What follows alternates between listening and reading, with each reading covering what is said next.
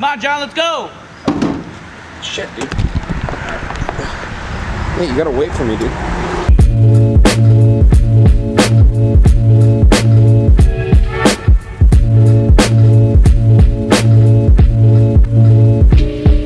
So this is Big Thirsty. You gotta get in the back seat because you're gonna climb on in. And bada bing. Oh shit, you're in the back seat. It's my main man, Tice. Yo, yo. Did you grab that other camera? Welcome to Big Thirsty. Oh, we got a car coming. Let's try not to get into an accident with her. This is like my handle. You just drive holding your hand on there? Yeah. Fuck yeah. It actually is kind of like oddly satisfying, or like kind of makes you feel like a semi-driver. What is up, guys? My name is Tice Vanderheiden, and welcome to my van, Big Thirsty. She's thirsty. She's thirsty for that gasoline. Alright, first off, my van is a 1994 Chevy G20 van. Fire truck red. It's a choo-choo custom out of Chattanooga, Tennessee. What I know of this vehicle is it was bought in Alaska and brought to Iowa, purchased, and then brought to Rochester, Minnesota, where I snagged it off of the internet for a whopping $1,300. In the last 6 to 8 months or so, I would give or take. It was cold when I bought it, and it's just reaching fall. I put about $1,500 into it. That's transmission, new plug-in wires, oil change, pretty much all you can think of to try to get it running as best as possible before I travel. Also, I've completely converted the inside into a livable camper van, and I plan to travel and do my artistic vision and intentional quest for higher artistic value on the road. I don't know what I'm talking about. Alright, so here's the inside of Big Thirsty. As you can see, I completely converted the inside. This used to have a conversion setup, so there's 2 bucket seats here and a flip down bed in the back. The original seats I also replaced. These are from like a Ford Econoline, so I did a Chevy to Ford conversion. I had to weld the seatbelt brackets to the frame. This one swings around with the seat, this one does not. I plan to put a curtain here. I built the overhead shelving and everything. This light is actually running off of pure deep cycle battery energy. As you can see over here, I have an 800 watt power converter with a fuse box. So I have a battery isolator. So basically what's happening is when my car battery starts the engine and it gets full, it switches off and starts charging these deep cycle batteries, and the power inverter is running off of those. So every time I drive, these should just be topping off. This is all on a switch, so now my sink, water pump, and everything electrical in the van has an emergency shut-off switch in case of like a fire or something. And I'm expecting to drill a hole in here so I can paint and do time-lapse paintings on this desk in the middle of nowhere, running off the power that my van is creating. I embellished it with barn wood. Everything in here has like a little bit of barn wood. As far as my build went, I really wanted to use as much space as possible. So the whole idea of the van was to try to utilize as much storage space as possible. I knew I was going to bring art supplies, I knew I was going to bring camera gear on top of like groceries and everything else. So I wanted to make as much space and shelving and utilize things as much as possible, and I really thrive on doing that because I just love storage containers and also just like organization in my chaotic artistic life. Sounds weird, but I'm like an organized chaos type of person. In my studio, I make the best work when my studio is messy, and then I'll clean it before nighttime so I can wake up to a clean studio and do it over again. This is kind of a build that's not only my house, but my art studio, and so I wanted to make it functionable with living, like stove and other things that I want and need to not necessarily change my diet that much, but also like live comfortably on the road with some, you know, materialistic things that I enjoy in my everyday life. Another thing that was very important to me is running water so I can brush my teeth and stuff, because I'm trying to be stealthy in an artistic way. Like I want to be on an art journey instead of like the standard just like the dude lives in a van. Like I want to go beyond that and take it to the next level and be like, not only am I living sustainably out of my van, but I'm also out here doing like a project and have higher intentions in the project. So yeah, this is my art studio. This is my Rolly art bag. This comes with me pretty much anywhere. This has all my paint supplies and everything else on the top. And then everything else that I have for sale, like prints and small canvases and stuff like this, are down here. Water is also very important, so I have a lot of water in here. I got a gallon water by the driver's seat, a canteen.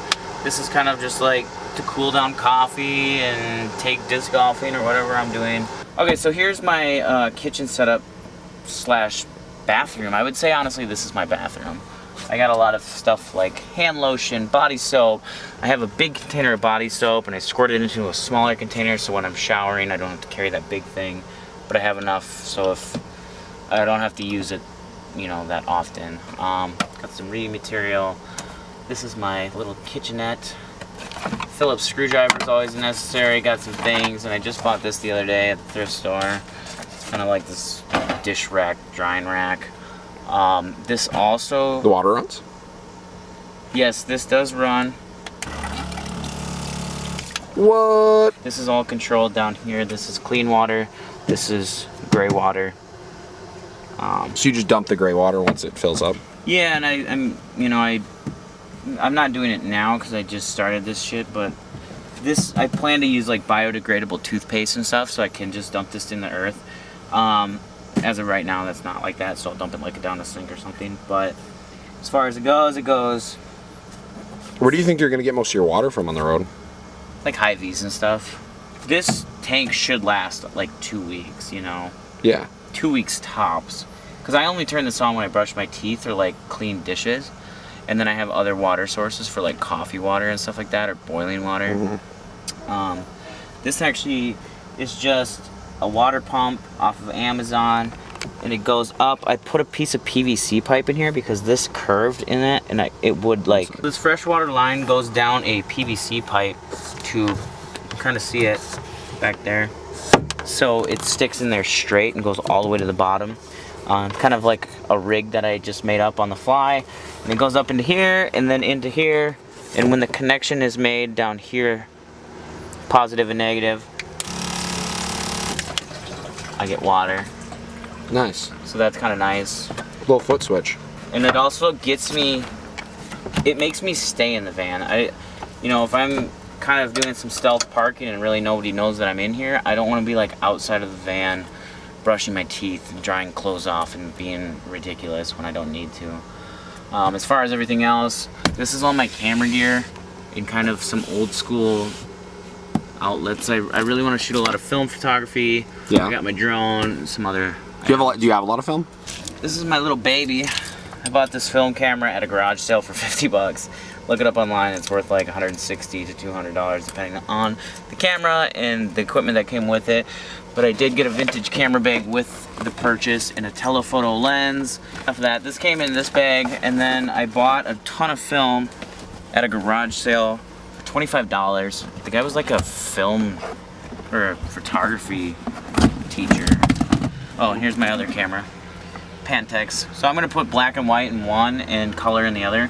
I'll probably honestly put color in the Pentax. I don't know, maybe not. I plan to shoot more black and white photography. So this box I bought, drum roll, I bought this box of film at a garage sale for $25, and it is like a whole shoebox full of film. That's nuts. And there's 36 tons of, yeah. Just an absolute mess of film. Can I have one? Yeah. What ISO do you want? 400. There you go. Done. And this will be, you know, this is, what I plan to do with this film is actually do like photos of the ugly parts of the United States and make a film series called Make America Ugly Again. So it's gonna be like rugged bikers, broken down diners, smashed out windows. And if a model is around, I'll shoot a model. If not, I'll just take the essence of the energy of the photo and do whatever I plan to do with it. This is my closet slash bedroom, I guess. I have a hanging hamper, so my dirty clothes are here. I got a towel, so when I take a shower at like a friend's or something, I can throw this in a duffel bag, grab my toothbrush, grab my little bottle of shampoo and whatever else. And then I got my socks and underwear in a little tin, or in a little bin. These are all shorts and pants and pajamas down here. I built my hanger. All this stuff is like super sturdy. I have a wraparound shelf around my bed. I put the American flag up on the ceiling because I plan to travel all over the United States in here. And then now we're getting into the pantry area. This is gonna be all my food. This is a Dometic fridge. This came out of a pop-up camper. I'm gonna actually hook this up to the 12-volt system most of the time, but if I'm on shore power, which means plugged into an outlet on like a campground or a friend's house or something, I can run this off of 120 volts as well. But it's also a propane refrigerator as well, and I'm working out the kinks on that. This is gonna be a project on the road. My first destination is actually Oregon, and that's where the parts come from, ironically, so I might just drive to Portland and get it looked at by like a specialist. So, and then here is my like Vanity Organizer. Got the painting easel in here. So this is, I actually don't have that many things in here, but this is actually super helpful. This just keeps like SD cards, things, you know, like I could probably have my favorite paintbrushes in here, little things. This thing is super helpful, and I wanted to give it like the rustic aesthetic as well, so that just slides in. I did actually carpet the bottom of this too, because it was like wood on wood and it just sounded like really bad when I put it in there. I don't know why, but I decided to go with the platform bed approach because I wanted all this storage underneath. This actually does lift up, but the mattress is a little, just honestly that space though is so helpful to like throw something all the way in the back. I do use a little kickstand in there sometimes if I really want to pull it up, but as far as that goes, that's just kind of nice to have. I got the wraparound shelf with the speaker installed, the American flag. I'm trying to make it as comfortable as possible because when I'm laying in here I just take off my glasses. So I'm going to shut this light off. I'll put the LEDs in. Dang! Isn't that awesome? About to be throwing raves out this van. So, and then I honestly just play music off my Bluetooth speakers. And I'm going to put curtains up. Alright, well, thank you guys for taking a tour in my van. If you guys are interested in my travels at all, make sure to follow me on my artistic page on Instagram, TJSOL22. Or if you're interested in any progression shots or any like artistic van life photos, check out Big Thirsty on Instagram. It's Big Thirsty with a Z. Also, if you guys are interested in buying prints or anything like that, my Etsy shop is etsy.com/shop/Dailydelsol Productions. You can also find the same link on Facebook, Dailydelsol Productions. Yeah, the mosquitoes are getting in here, so thank you guys for watching. I gotta go and put some bug spray on. Hope you guys enjoyed the video. Hopefully it inspires you to travel and keep your wanderlust. Travel yourself, do whatever you do, but stay awesome, stay beautiful. I will talk to you on the next video. Peace.